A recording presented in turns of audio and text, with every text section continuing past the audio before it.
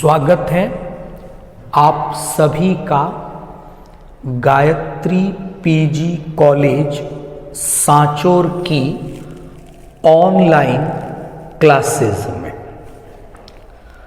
आज हम बात करेंगे एमोसीट लार्वा के बारे में। एमोसीट लार्वा पेट्रोमाइजोन के जीवन चक्र में, लाइफ साइकिल में उपस्थित एक लार्वा है। और आज जो टॉपिक एमोसीट लार्वा हम लोग डिस्कस कर रहे हैं, ये बीएससी पार्ट सेकंड जूलॉजी के फर्स्ट पेपर की सेकंड यूनिट का एक टॉपिक है। इसी यूनिट में एक टॉपिक एसिडियन टेडपोल लार्वा का था, जिसे हम लोगों ने 3 पार्ट में प्रतिगामी कायांतरण रेट्रोग्रेसिव मेटामॉर्फोसिस इस नाम से डिस्कस किया था। तो उसी यूनिट में आज हम बात कर रहे हैं पेट्रोमाइजोन के जीवन चक्र में उपस्थित एमोसीट लार्वा के बारे में। और आज हम इस टॉपिक का फर्स्ट पार्ट डिस्कस करेंगे। तो शुरू करते हैं आज के टॉपिक को। टॉपिक शुरू करने से पहले एक चीज ये समझेंगे कि जिस लार्वा के बारे में हम लोग डिस्कस कर रहे हैं, ये इस दृष्टि से भी महत्वपूर्ण है कि एमोसीट लार्वा पेट्रोमाइजोन के जीवन चक्र में है, लेकिन जब हम एमोसीट लार्वा की संरचना के बारे में पढ़ते हैं तो हमें पता चलता है कि एमोसीट लार्वा कई लक्षणों में ब्रैंकियोस्टोमा, जिसे एम्फियोक्सिस के नाम से भी जाना जाता है, उसके साथ समानताएं, सिमिलरिटीज प्रदर्शित करता है। तो जो एमोसीट लार्वा है, इसे जो सेफेलोकॉर्डेट है, एम्फियोक्सिस, ब्रैंकियोस्टोमा, उसके और जो वर्टिब्रेट है, कशेरुकी जंतु हैं, इनके बीच में एक कनेक्टिंग लिंक, एक योजक कड़ी के रूप में देखते हैं हम इस लार्वा को। तो उस दृष्टि से भी इस लार्वा का अध्ययन काफी महत्वपूर्ण है। तो शुरू करते हैं एमोसीट लार्वा के बारे में। पेट्रोमाइजोन समुद्री आवास का एक जंतु है। तो समुद्री आवास में पेट्रोमाइजोन प्रेजेंट है। पेट्रोमाइजोन में क्या है कि मेल गोनेड है, फीमेल गोनेड है। यानी एमोसीट जो लार्वा है, ये उभयलिंगी जंतु है, यानी इसमें मेल और फीमेल यानी टेस्टिस और ओवरी दोनों ही प्रेजेंट होते हैं एक ही मेंबर के अंदर। लेकिन एडल्ट पेट्रोमाइजोन में क्या देखेंगे कि एक सदस्य में टेस्टिस होंगे और दूसरे सदस्य में ओवरी डेवलप होगी। किसी भी प्रकार की कोई जनन नलिकाएं नहीं है। तो पेट्रोमाइजोन स्प्रिंग सीजन में, बसंत ऋतु के अंदर ये प्रजनन की क्रिया इनमें होती है। तो जो ब्रीडिंग सीजन है इनका वो स्प्रिंग सीजन है। तो उस समय क्या होगा कि टेस्टिस के अंदर नर युग्मक शुक्राणु बनेंगे, इसी तरह ओवरी के अंदर मादा युग्मक अंडाणु बनेंगे। किसी भी प्रकार की जनन नलिकाएं नहीं है, यानी शुक्रवाहिनी, अंडवाहिनी, ऐसी स्ट्रक्चर्स प्रेजेंट नहीं है। तो क्या होगा कि ये युग्मक शुक्राणु और अंडाणु पेट्रोमाइजोन के द्वारा अपने सीलोम में डिस्चार्ज कर दिए जाते हैं। सीलोम से फिर ये बाहर मुक्त होते हैं। तो स्प्रिंग सीजन में क्या होगा, पेट्रोमाइजोन मेल और फीमेल ये माइग्रेशन की क्रिया करते हैं, प्रवास करते हैं और समुद्री आवास से जो नियरेस्ट फ्रेश वाटर कोई सिस्टम है, नदी है, उस और ये माइग्रेशन करना प्रारंभ करते हैं। तो तैरते हुए ये किसी ऐसे आवास में पहुंचते हैं जो फ्रेश वाटर है, अलवणीय प्रकृति का आवास है। वहां पहुंचकर जो मेल पेट्रोमाइजोन है वो कुछ पेबल्स, कुछ कंकड़ पत्थर इनका उपयोग करता है और एक नेस्ट का निर्माण करेगा, घोंसला बनाता है। फीमेल इसी घोंसले में रहती है और नर और मादा सदस्य के द्वारा इसी नेस्ट में अपने युग्मक स्पर्म और ओवम डिस्चार्ज किए जाते हैं। निषेचन की क्रिया बाह्य है, घोंसले के अंदर जल में होगी।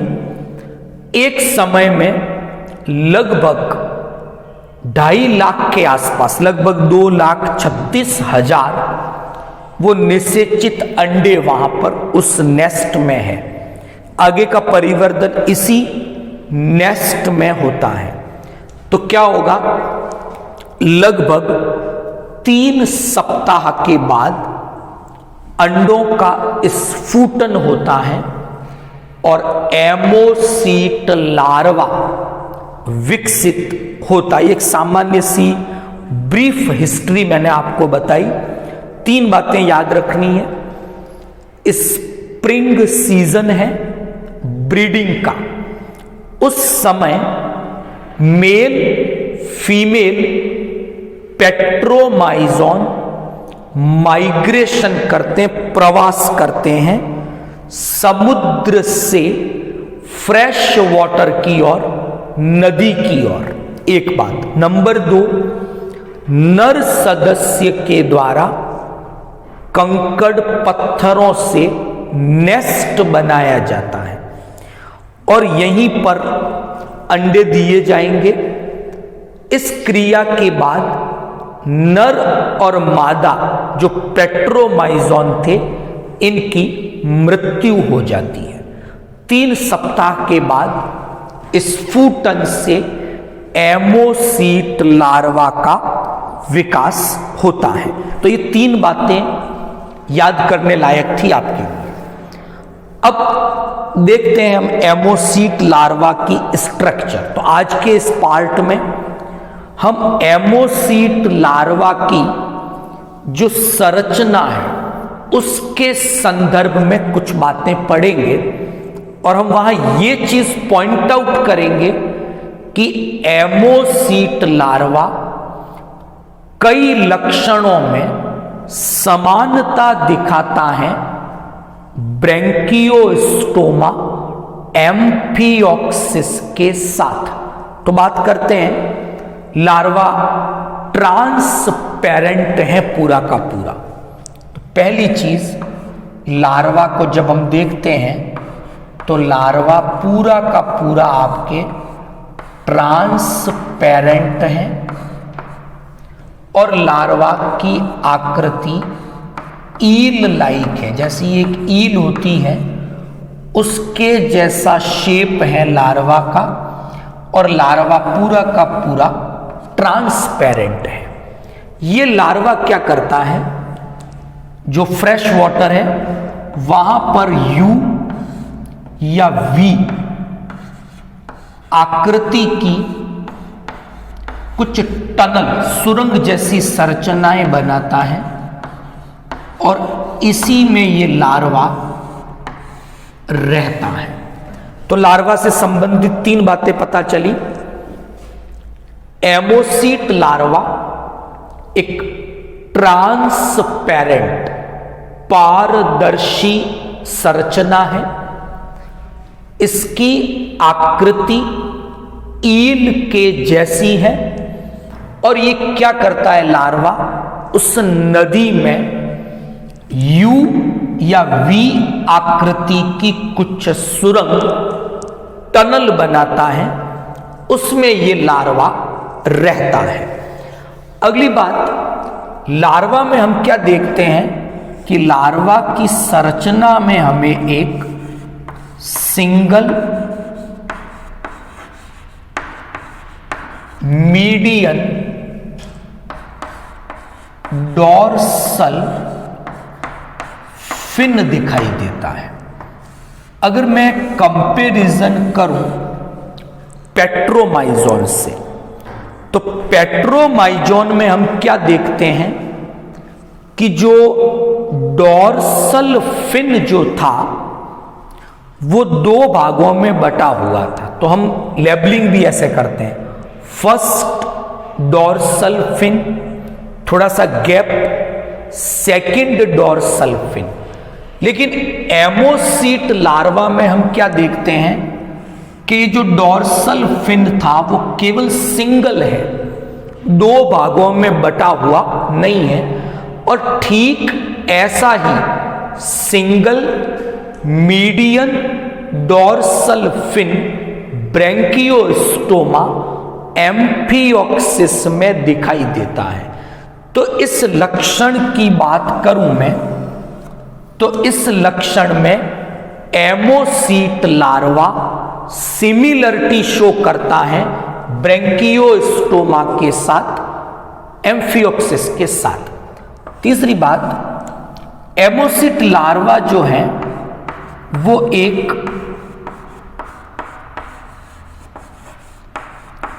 फिल्टर फीडर जंतु है, जबकि पेट्रोमाइजोन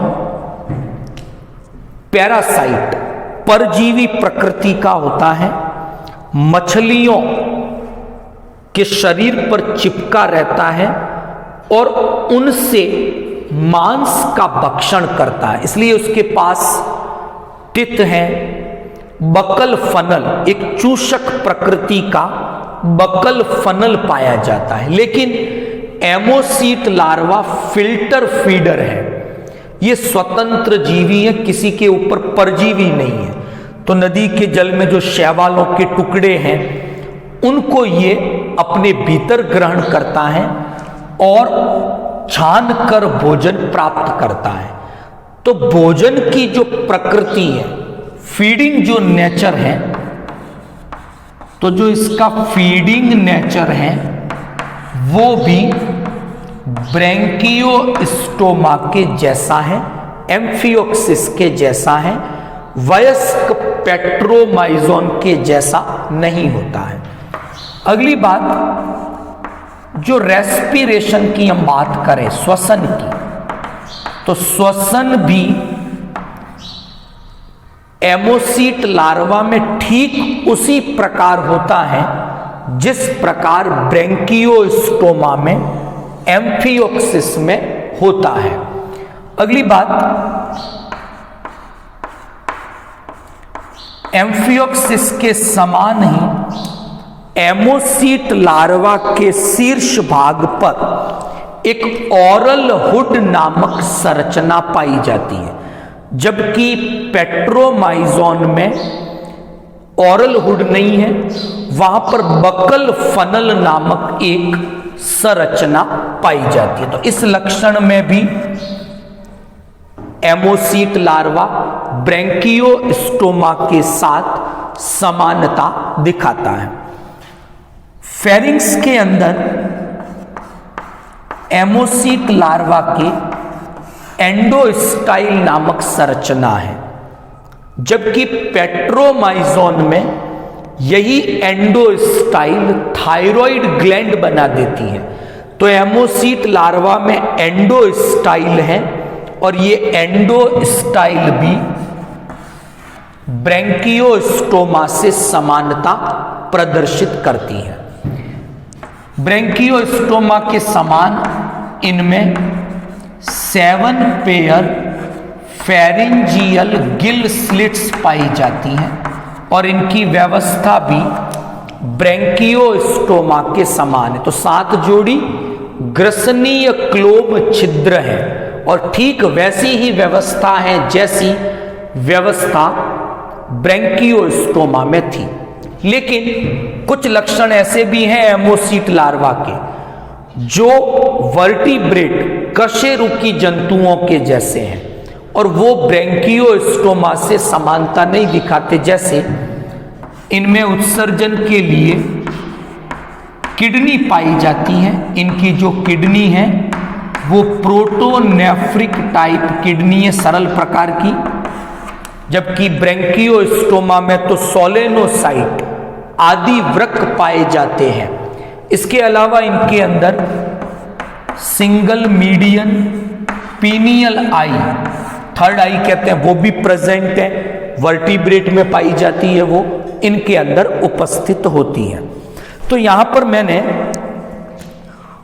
एमोसीट जो लार्वा है उसके कुछ सामान्य लक्षणों की बात की है, और जब हम इन लक्षणों की बात करते हैं तो एक निष्कर्ष ये जरूर निकलता है कि एमोसीट लार्वा के कई लक्षण, जैसे सिंगल मीडियन डॉर्सल फिन की उपस्थिति, पोषण की प्रकृति, श्वसन का तरीका, ऑरल हुड की उपस्थिति, एंडोस्टाइल का पाया जाना और 7 जोड़ी ग्रसनीय गिल छिद्रों की उपस्थिति, ये ऐसे लक्षण हैं।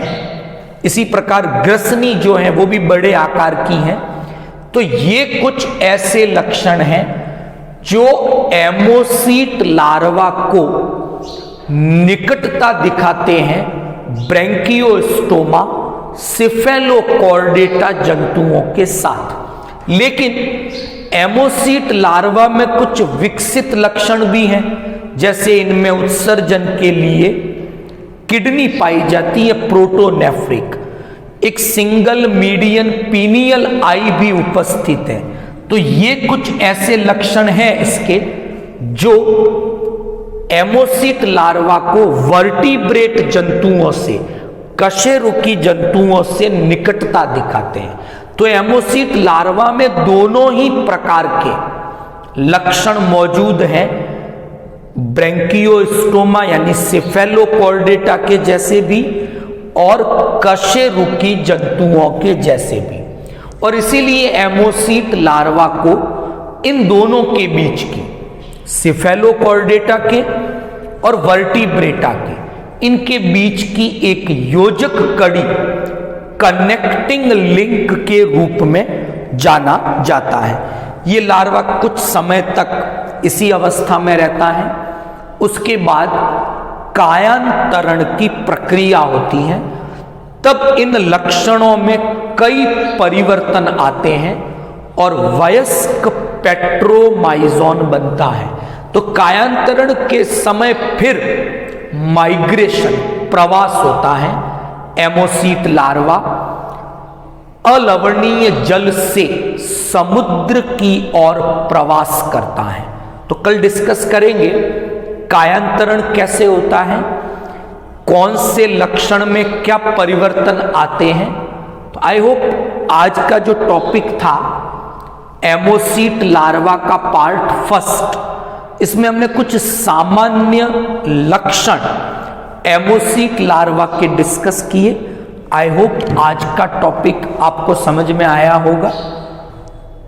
Thank you all of you.